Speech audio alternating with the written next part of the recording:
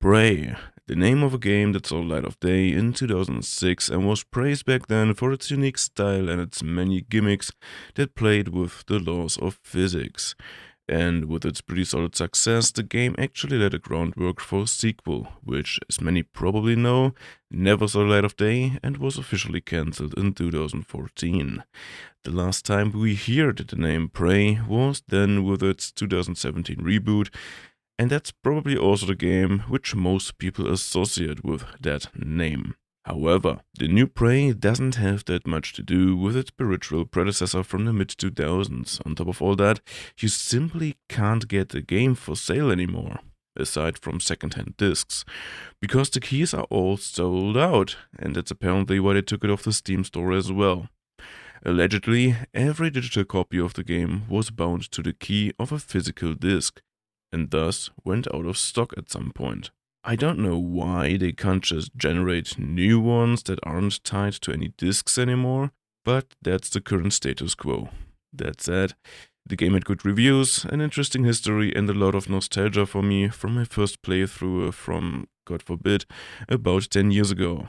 Of course, I was curious if Prey can still keep up today, and after a rather short 5 hours of playing it, I have to say that it was different than I had hoped, but whether it's still good, well, I'll tell you now. We play as Domasi, short Tommy, the descendant of a Cherokee tribe that is caught somewhere between the modern world and his heritage. He also tries to convince his Cherokee girlfriend Jen to leave her homeland with him. But one night, all that changes when Tommy gets a visit from his grandfather Anisi in Jen's pub, who wants to warn him of a great danger approaching. Anisi? What are you doing here? I sense great change on the winds. I came to warn Save it, grandfather. You know I don't go for that shit. Listen, Tommy. But Tommy doesn't want to hear anything about it and dismisses it as some spiritual mumbo-jumbo. But the evening should actually not remain as peaceful as hoped. First, some guests make problems, which Tommy quickly takes care of, which of course was no problem for him. Quite different when suddenly the bar starts to shake and a gigantic spaceship sucks in the whole goddamn building, including Tommy, Jen, and Anisi. Only a few moments later we find ourselves chained inside an alien spaceship, and we are by no means alone. We see dozens of people moving on rails through the interiors made of metal and organic tissue. But some others seem to have escaped and managed to free us as well. We realize that we are in some kind of slaughter factory for humans, and our goal now is to free Jen and Anisi and somehow make the escape from this human slaughtering spaceship again. Jen! God, no! And this is the kickoff of a very atmospheric and kind of twist-heavy story, which I don't want to spoil under any circumstances at this point, because I think that especially with a game that is so short, everyone should experience the story for themselves. Particularly in this day and age, it was also a very welcome change to experience a short but dense story and gradually get to the bottom of what is actually going on and how we can stop it, because there's much more behind the abductions than just an alien invasion, and also contains some points that make you think about some things as a human being. I personally found the ending a bit too fast and unsatisfying, also because the game closes with a "Prey will continue," which, well, unfortunately was never the case. But all in all, the story and narrative is a clear strength of the game.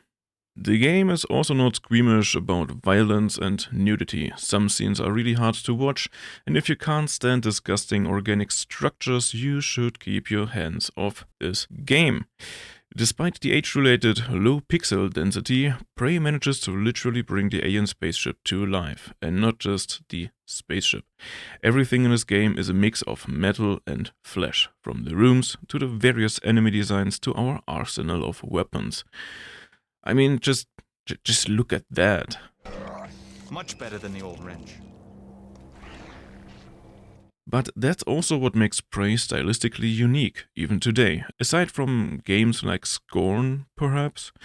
And you can even enhance the look on PC with an HD mod, which I don't factor into my rating though. Because yes, despite the praise, Prey consists mostly of pixel mud, and you have to deal with that. What it does really well, however, is provide for different moods, from cold, almost clinical rooms for experiments, to the aforementioned slaughterhouse atmosphere and impressive sceneries that show the extent of the sphere, to almost horror-like scenes where even I, at times, felt a cold shiver running down my spine. So, I really wasn't bored by the environments at any point. And the whole thing is accompanied by a very good soundtrack, which also partly consists of licensed songs, which is why I was occasionally worried about getting into trouble with YouTube or Twitch. But hey, all clear, all good so far. The sounds are also mostly very solid, although I couldn't really get used to some of the weapon sounds, and I was sometimes missing a bit of the hit feedback, which often made me feel like I was shooting rubber bullets.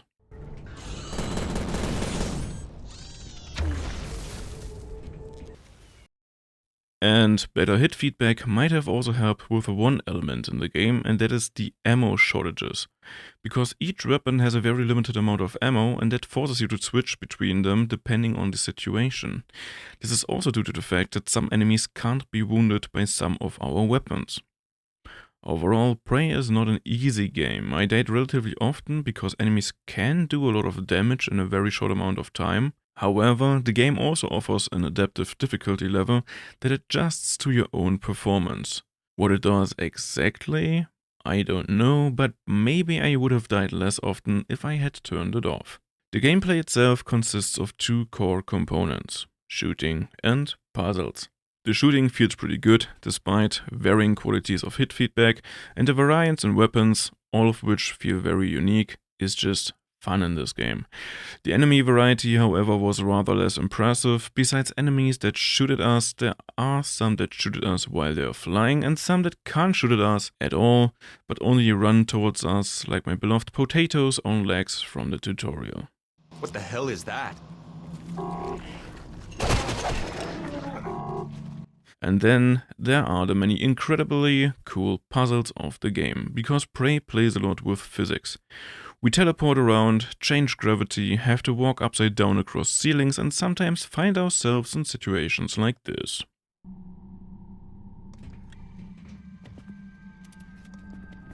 Oh my god, he's a giant. Even though it regularly made my stomach turn, I had a blast with it, and I can't think of any other game besides maybe Portal and maybe a little bit of Dead Space that offers you something like this. And that's very, very cool. The puzzles I found rather boring though, were the ones that required Tommy's, like, his ghost powers, because very early in the game we get the opportunity to change into our spiritual ghost form, where instead of us shooting pistols, we are now armed with a kind of ghost bow. Then we can go through certain barriers and we can see things that we wouldn't see otherwise. What sounds cool at first isn't implemented super well, because often it's just a matter of quickly darting through a barrier, pressing a button 5 meters away that deactivates it, and then being able to continue with Tommy's flesh form. Or Tommy stands on a platform and we have to press a button on the other side of the room that we can only reach in ghost form. That is nice, but nowhere near as cool as some of the physics puzzles. What I found cool about the ghost form is how you handle your own death. Instead of a simple game over screen, you enter the ghost world and have a limited amount of time to recover your life and ghost points by shooting some ghost ray thingies. This reduces the downtime immensely because it continues directly afterwards and is, like many things in this game, just so much cooler than the industry standard of just dead respawn. All in all, Prey is a very condensed experience that almost never gets boring. The third quarter of the game alone dragged on a little bit before the pace then picks up massively again towards the end. The biggest motivation to keep going is and remains the game's story, because aside from new weapons and upgrades like the Ghost mode, there's nothing really to unlock or develop. So we either follow the goal of saving Jen, or killing someone as we progress from one level to the next. But that's okay, because we're not dealing with a 100-hour shooter RPG here, and I would rather have a gripping 5 hours than dozens of hours of repetitive grind. The only drastic problem I stumbled across was a resolution issue at the beginning of the game because Prey wouldn't run in 1920 by 1080p in all circumstances, and the only solution was to change 3 values in the game's own config files. After that, it worked. That's not the end of the world, but it's certainly not nice either. Another small point would be that the aiming in the game always felt a little bit spongy, and I have no idea if that was intentional or not. Beyond that, though, there weren't really any issues. Imagine playing a game in 2024 that just works, aside from age issues with no always online, no in-game store squeeze in, or masses of cosmetic DLCs. That's what this part of my reviews should actually look like. And it feels a little bit insane that I have to say it like that. And that brings us to the conclusion. Let's keep it short. Is Prey still a good game after more than 15 years in 2024? Yes, absolutely. Is it worth playing the game? Should you somehow get a copy in your grubby little hands? Also yes. But did Prey live up to my nostalgic expectations? In fact, no. I really remembered Prey differently, and it was a little strange to realize that I could remember mostly the first half of the game, but had completely blocked out the ending. Prey does some things better than I remembered and some things worse, like some of the sounds and the stretch out part of the game before it gets towards the end. Still, I'm glad I can continue to have positive memories of Prey, with its unique style and lots of very cool puzzles and this physics gameplay stuff. The game is not perfect, but it's definitely enough for a 4 out of 5 for me and the recommendation to at least have tried it. And besides that, I now want a sequel of this game even more. And that's it, that's my review of Prey. My name is TechTrack, but just call me Techie. I hope you enjoyed the video, and if you did, don't forget to hit the like, subscribe, and maybe pay me a visit over at my other channels on YouTube. So have a nice day, see ya.